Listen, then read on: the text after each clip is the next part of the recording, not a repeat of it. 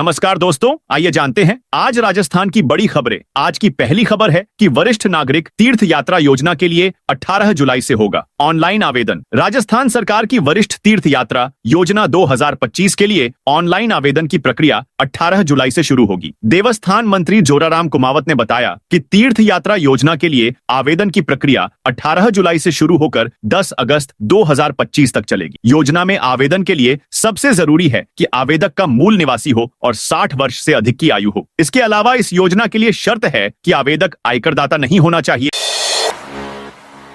गहलोत बोले, कन्हैयालाल केस में बीजेपी ने किया झूठा प्रचार। केंद्रीय गृह मंत्री अमित शाह के जयपुर दौरे से ठीक पहले पूर्व मुख्यमंत्री अशोक गहलोत ने कन्हैयालाल हत्याकांड को लेकर भाजपा हमला बोला है। अशोक गहलोत ने सोशल मीडिया एक्स पर एक पोस्ट के जरिए कहा कि इस हत्याकांड को भाजपा ने चुनावी मुद्दा बनाकर झूठ फैलाया। उन्होंने कहा कि हमारी सरकार के खिलाफ माहौल बनाया, लेकिन अब 3 साल बाद भी पीड़ित परिवार को न्याय नहीं मिल पाया है।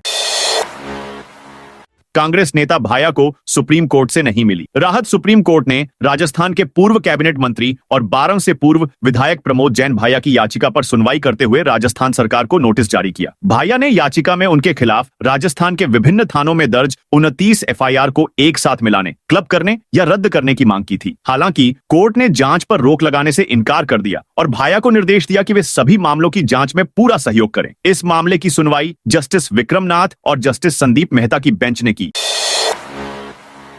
अलवर में टैक्सी ड्राइवरों पर हमले से तनाव जैसा माहौल। राजस्थान के अलवर जिले में कोतवाली थाना क्षेत्र स्थित अग्रसेन पुलिया के नीचे बुधवार देर रात एक विशेष समुदाय के लोगों ने 2 टैक्सी ड्राइवरों को बुरी तरह पीटकर घायल कर दिया। इस हमले में एक टैक्सी चालक का पैर टूट गया, जबकि दूसरे के सिर में गंभीर चोट आई। दोनों घायलों को अस्पताल में भर्ती कराया गया है। सूचना पर पुलिस उपाधीक्षक अंगद शर्मा और कोतवाली थाना पुलिस जाब्ते के साथ मौके पर पहुंचे और जांच शुरू करने के निर्देश दिए। घटना की सूचना मिलने पर हिंदू संगठनों के कार्यकर्ता मौके पर पहुंचे और धरना देकर आरोपियों की गिरफ्तारी की मांग करने लगे। करणी सेना के जिला अध्यक्ष देवेंद्र ने कहा कि पुलिस को आरोपियों के खिलाफ कड़ी कार्रवाई करनी चाहिए।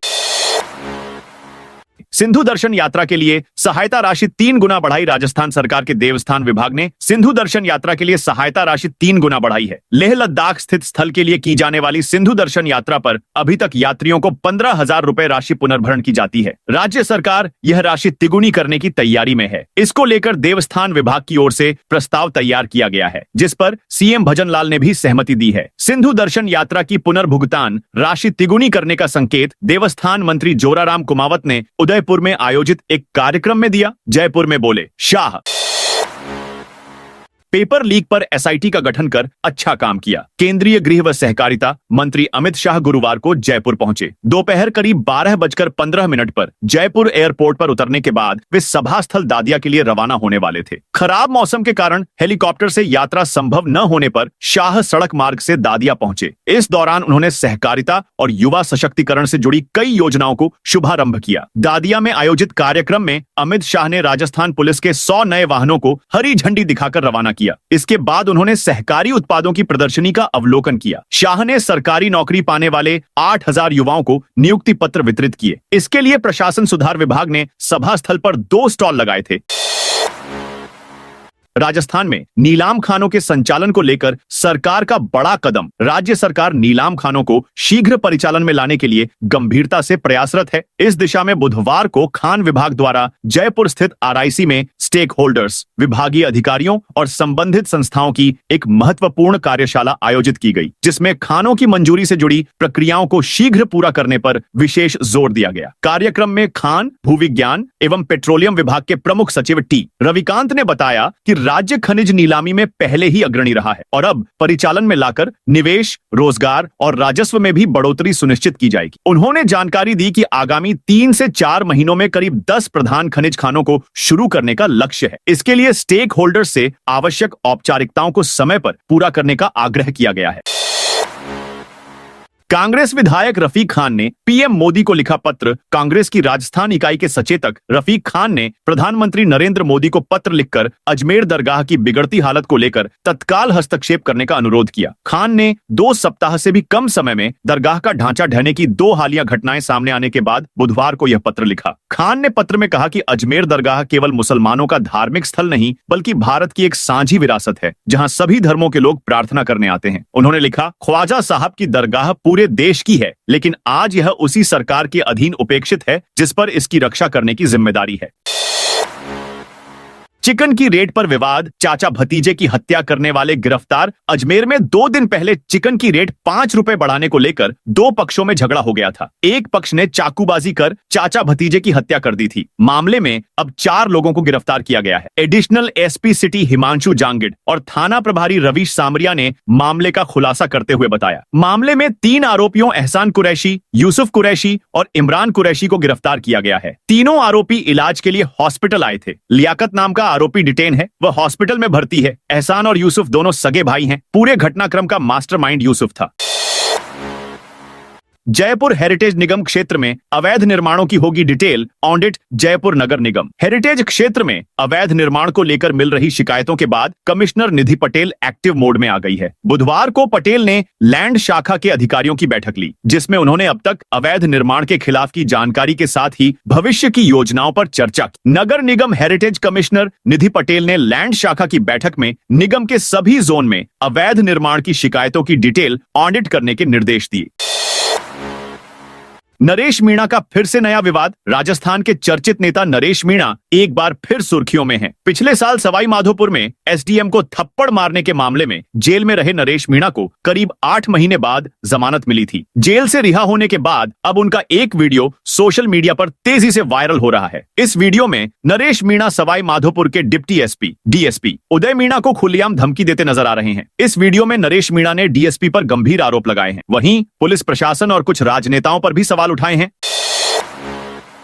डूंगरपुर फिर बना राजस्थान का सबसे साफ शहर। राजस्थान का आदिवासी बहुल जिला डूंगरपुर एक बार फिर स्वच्छता के क्षेत्र में प्रदेश में अव्वल रहा है। भारत सरकार के आवासन एवं शहरी मंत्रालय द्वारा कराए गए स्वच्छता सर्वेक्षण 2024 में डूंगरपुर को 50,000 की जनसंख्या श्रेणी में सुपर स्वच्छ लिक सिटी पुरस्कार के लिए चुना गया है। यह सम्मान देश भर के 15 शहरों को मिल रहा है, जिसमें डूंगरपुर राजस्थान का एकमात्र शहर है। इस उपलब्धि का श्रेय नगर परिषद कर्मचारियों और डूंगरपुर की जागरूक जनता को जाता है। बुधवार को दिल्ली के विज्ञान भवन में राष्ट्रपति द्रौपदी मुर्मू अवार्ड दिया है। कैबिनेट मंत्री झाबर सिंह खर्रा ने अवार्ड ग्रहण किया है।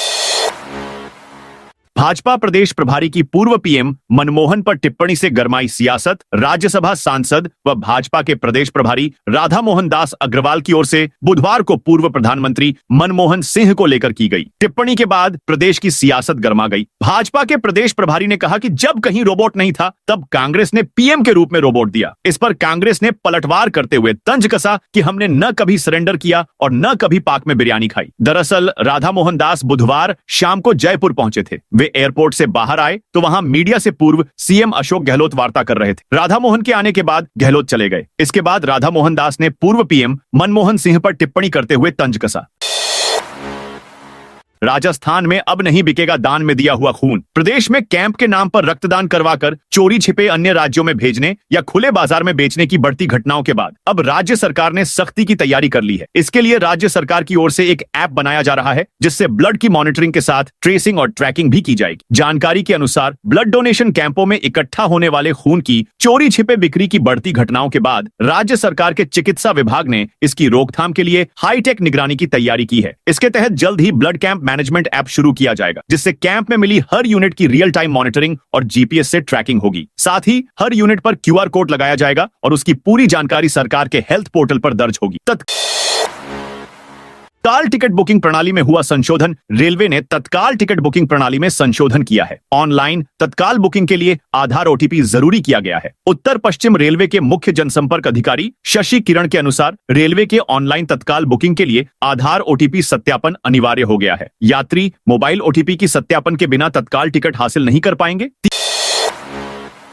395 ग्राम पंचायतों में कृषक महिला प्रशिक्षण का होगा आयोजन। कृषि के क्षेत्र में महिलाओं के योगदान को देखते हुए महिला कृषकों के ज्ञानार्जन एवं क्षमता में वृद्धि के लिए जिले में 395 ग्राम पंचायत स्तरीय एक दिवसीय कृषक महिला प्रशिक्षण शिविर का आयोजन 18 जुलाई को किया जाएगा। कृषि विभाग के संयुक्त निदेशक विनोद कुमार जैन ने बताया कि महिला प्रशिक्षण शिविर में फसलों के बीज उत्पादन तकनीक, मृदा एवं जल परीक्षण का महत्व, मृदा नमूने एकत्रित व इनके उपयोग की जानकारी दी जाएगी। इसके अलावा संतुलित पोषक तत्वों का उपयोग, विभागीय योजनाओं में अनुदान के लिए आवेदक कृषकों को प्रपत्र भरने, वांछित दस्तावेज, देय अनुदान की भी जानकारी दी जाएगी।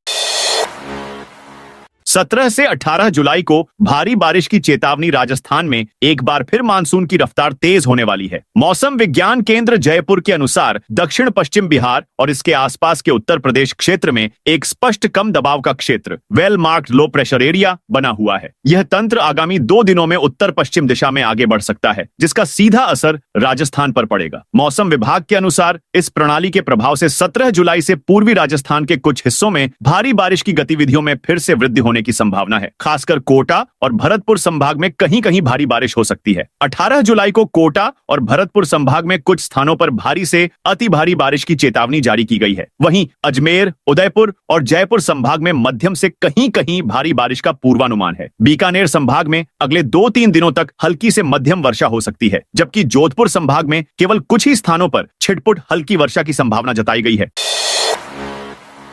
राजस्थान में चतुर्थ श्रेणी भर्ती परीक्षा 19 से 21 सितंबर तक राजस्थान कर्मचारी चयन बोर्ड द्वारा आयोजित चतुर्थ श्रेणी कर्मचारी सीधी भर्ती परीक्षा 2024 को लेकर एक अहम अपडेट सामने आया है। बोर्ड ने परीक्षा की तिथि घोषित करते हुए साथ ही उन अभ्यर्थियों के लिए अंतिम अवसर प्रदान किया है जो किसी कारणवश परीक्षा में शामिल नहीं होना चाहते हैं या पात्रता की शर्तें पूरी नहीं करते। बोर्ड के अनुसार यह भर्ती परीक्षा 19 से 21 सितंबर 2025 तक राजस्थान के विभिन्न परीक्षा केंद्रों पर आयोजित की जाएगी। इस भर्ती के माध्यम से प्रदेश भर में 53,749 पदों पर नियुक्तियां की जाएंगी। बोर्ड को लगभग 22 लाख आवेदन प्राप्त हुए हैं, जिससे यह परीक्षा राजस्थान की सबसे बड़ी प्रतियोगी परीक्षाओं में शुमार हो चुकी है।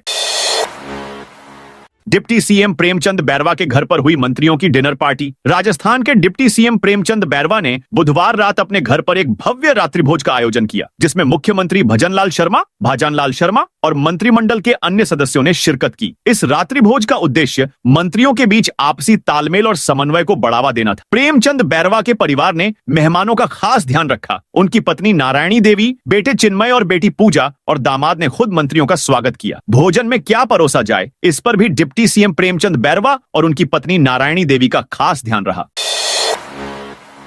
कृषि योजनाओं पर किरोड़ी लाल मीणा का बयान। राजस्थान सरकार में कैबिनेट मंत्री किरोड़ी लाल मीणा ने प्रधानमंत्री धन धान्य कृषि योजना को ऐतिहासिक बताया। उन्होंने इसे किसानों के कल्याण के लिए दूरदर्शी निर्णय कहा। कैबिनेट मंत्री ने कहा कि केंद्र सरकार की कुछ स्कीम है जिससे किसानों को काफी लाभ होगा। सरकार किसानों को कर्ज देने की व्यवस्था को भी आसान बना रही है। साथ ही सब्सिडी की प्रक्रिया के सरलीकरण पर कहा कि प्रधानमंत्री धन धान्य कृषि योजना किसानों के हित में है, इससे काफी लाभ होगा। उन्होंने कहा कि पीएम मोदी की हमेशा इच्छा रही है कि देश का किसान खुशहाल रहे। एक दिन में 402 अपराधियों की गिरफ्तारी। उदयपुर जिले में अपराधों पर लगाम लगाने और वांछित अपराधियों को पकड़ने के लिए पुलिस ने बुधवार को सुबह सुबह एक बड़ा अभियान चलाया। जिला पुलिस अधीक्षक योगेश गोयल के नेतृत्व में इस विशेष ऑपरेशन में जिले के सभी थानों की 130 से ज्यादा टीमें शामिल हुईं। इस अभियान में 550 से अधिक पुलिस कर्मियों ने हिस्सा लिया। इस कार्रवाई ने अपराधियों में खौफ पैदा कर दिया। पुलिस ने इस अभियान के तहत जिले भर में 860 से ज्यादा स्थानों पर छापेमारी की। इस दौरान कुल 402 अपराधियों को गिरफ्तार किया गया। इनमें से 7 ऐसे खतरनाक अपराधी थे जो हत्या का प्रयास, लूट और डकैती जैसे गंभीर मामलों में वांछित थे। इसके अलावा 91 स्थायी और गिरफ्तारी वारंट वाले अपराधियों को पकड़ा गया। सामान्य मामलों में 14 अन्य आरोपियों को भी हिरासत में लिया गया। उदयपुर में कांग्रेस का जोरदार प्रदर्शन। राजस्थान के उदयपुर जिले में बुधवार को कांग्रेस पदाधिकारियों और कार्यकर्ताओं ने पुलिस प्रशासन के खिलाफ प्रदर्शन किया। सैकड़ों की संख्या में कांग्रेस कार्यकर्ता एवं नेता जिला कलेक्ट्रेट पहुंचे और वल्लभनगर थानाधिकारी दिनेश पाटीदार के खिलाफ नारेबाजी की। यह मामला सोमवार को वल्लभनगर के शीतला माता मंदिर में हुई चोरी की घटना से जुड़ा है। उस दिन मंदिर परिसर में चोरी के विरोध में स्थानीय लोगों ने प्रदर्शन किया था। इसी दौरान वल्लभनगर की पूर्व विधायक प्रीति गजेंद्र सिंह शक्तावत भी वहां पहुंची थी। पूर्व विधायक शक्तावत ने आरोप लगाया था कि मौके पर मौजूद एसएचओ दिनेश पाटीदार ने उनके साथ धक्का मुक्की की और अभद्र भाषा का प्रयोग किया।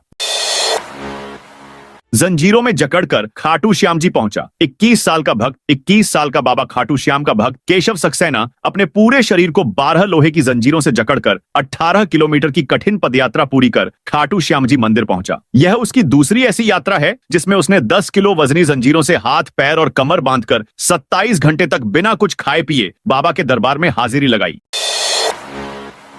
राजस्थान समेत देश भर में 150 ठिकानों पर आयकर के छापे। देश भर में 150 ठिकानों पर आयकर विभाग की टीमों ने छापेमारी की है। विभाग ने 2 पॉलिटिकल पार्टी के ठिकानों पर छापा मारा है। राजस्थान आयकर विभाग की अन्वेषण शाखा की ओर से दोनों पॉलिटिकल पार्टी के महाराष्ट्र, मध्य प्रदेश और राजस्थान में मौजूद 10 ठिकानों पर छापेमारी की गई। राजस्थान में भीलवाड़ा में यह कार्रवाई की गई है। अब प्रदेश के करीब 2000 आयकर दाता विभाग के रडार पर है। मोबाइल नंबर आधार से लिंक नहीं तो तत्काल टिकट भी नहीं। रेलवे ने तत्काल टिकट की बुकिंग के लिए मोबाइल ओटीपी सत्यापन 15 जुलाई से अनिवार्य कर दिया है। यह ओटीपी उसी मोबाइल नंबर पर आएगा जो आधार से लिंक होगा। ऐसा नहीं होने पर ओटीपी नहीं आएगा और टिकट भी बुक नहीं कराया जा सकेगा। यह व्यवस्था आईआरसीटीसी की website, mobile app, PRS counter या अधिकृत एजेंट के माध्यम से टिकट की बुकिंग पर लागू होगा। आवेदक की ओर से दिए जाने वाले मोबाइल नंबर पर रेलवे सिस्टम से ओटीपी भेजा जाएगा। यह नंबर आधार से जुड़ा होना चाहिए। रेलवे ने एक साथ कई बल्क बुकिंग पर भी रोक लगाई है। रक्षाबंधन पर डाक विभाग की खास पहल। हनुमानगढ़ डाक विभाग ने रक्षाबंधन के त्योहार को विशेष बनाने के लिए नई पहल की है। विभाग ने राखी को सुरक्षित पहुंचाने के लिए वाटरप्रूफ लिफाफे और डिब्बे लॉन्च किए हैं। इन लिफाफों में बहनें राखी के साथ मिठाई, काजू, बादाम, कुमकुम, मोली और पूजा सामग्री भी भेज सकेंगी। लिफाफों पर पारंपरिक त्योहार की डिजाइन छपी है। डाकघर राखी भेजने की विशेष सेवाएं भी प्रदान करेगा। हनुमानगढ़ जंक्शन स्थित प्रधान डाकघर में प्रधान डाकपाल मनोज कुमार भारी और जनसंपर्क निरीक्षक पुरुषोत्तम कुक्कड़ ने इन लिफाफों का अनावरण किया। कुक्कड़ ने बताया कि रक्षाबंधन के समय बारिश का मौसम होता है। पहले राखियों के भीगने की शिकायतें आती थीं, इसलिए विभाग ने यह विशेष व्यवस्था की है। इस जिले में चिकित्सा विभाग अलर्ट अवकाश लेने पर लगाई रोक। 12 जिले में बारिश के मौसम को देखते हुए चिकित्सा विभाग ने सभी चिकित्सा संस्थानों में आवश्यक तैयारियां करने के निर्देश जारी किए हैं। इसके अलावा जलजनित एवं मौसमी बीमारियों से निपटने के लिए चिकित्सा संस्थान को भी अपने अपने क्षेत्रों में बचाव, उपचार एवं रोकथाम के लिए भी तैयार रहने के निर्देश दिए हैं। मेडिकल एवं पैरामेडिकल स्टाफ को मुख्यालय नहीं छोड़ने एवं अवकाश लेने पर रोक लगा दी गई है। सीएमएचओ संजीव सक्सेना ने बताया कि अतिवृष्टि को देखते हुए जलजनित एवं मौसमी बीमारियों से आमजन की सुरक्षा के मद्देनजर जरूरी इंतजाम करने के निर्देश दे दिए गए हैं। चिकित्सा विभाग की ओर से अस्पतालों में आवश्यक दवाइयां एवं टेस्ट किट्स आदि की उपलब्धता सुनिश्चित की गई है। साथ ही फील्ड में कार्यरत एएनएम, आशा सहयोगिनी और स्वास्थ्य कार्मिकों को सतत निगरानी एवं सर्वे कार्य में लगाया गया है। राजस्थान के किसानों को राहत। केंद्र सरकार ने कृषि क्षेत्र को सशक्त करने के लिए प्रधानमंत्री धन धान्य कृषि योजना को मंजूरी दे दी है। बुधवार को प्रधानमंत्री नरेंद्र मोदी की अध्यक्षता में आर्थिक मामलों की मंत्रिमंडलीय समिति ने इस महत्वाकांक्षी योजना को हरी झंडी दिखाई। बता दें कि योजना के तहत सरकार हर साल 24,000 करोड़ रुपए खर्च करेगी और यह 2025 से 26 से शुरू होकर 6 साल तक लागू रहेगी। इस योजना का उद्देश्य देश के 100 ऐसे जिलों के किसानों की मदद करना है जहां कृषि उत्पादकता अपेक्षाकृत कम है। लिपिक भर्ती फर्जीवाड़े में अब पूरे प्रदेश में जांच के आदेश। अलवर जिला परिषद अलवर की लिपिक भर्ती में फर्जीवाड़े का खुलासा होने के बाद अब सरकार ने समूचे प्रदेश में भर्ती की जांच कराने के आदेश जारी किए हैं। इसके लिए उच्च स्तरीय कमेटी बनाई है जो 10 दिन में सभी अनुभव प्रमाण पत्र से लेकर कई मामलों की जांच रिपोर्ट सौंपेगी। राज्य सरकार ने अलवर कलेक्टर और जिला परिषद के सीईओ को भी पत्र लिखा है। सीईओ से लिपिक भर्ती में अब तक कार्रवाई के बारे में पूछा है और कारण भी जाने हैं। प्रदेश के जिला परिषदों की ओर से लिपिक भर्ती 2013 के तहत वर्ष 2013, 2017 और 2022 में बड़े पैमाने पर की गई लिपिक भर्ती में हुई गड़बड़ी पर पंचायती राज मंत्री मदन दिलावर के कहने पर सरकार ने सख्त एक्शन लिया है। पंचायती राज विभाग के शासन सचिव जोगाराम ने 3 अलग अलग पत्र जारी कर इस संबंध में विस्तृत दिशा निर्देश जारी किए हैं। उल्लेखनीय है कि यह मामला सबसे पहले पत्रिका ने उठाया था। तो दोस्तों, ये थी आज राजस्थान की बड़ी खबरें। आप इस वीडियो को कौन से जिले से देख रहे हैं, उस जिले का नाम जरूर बताइए।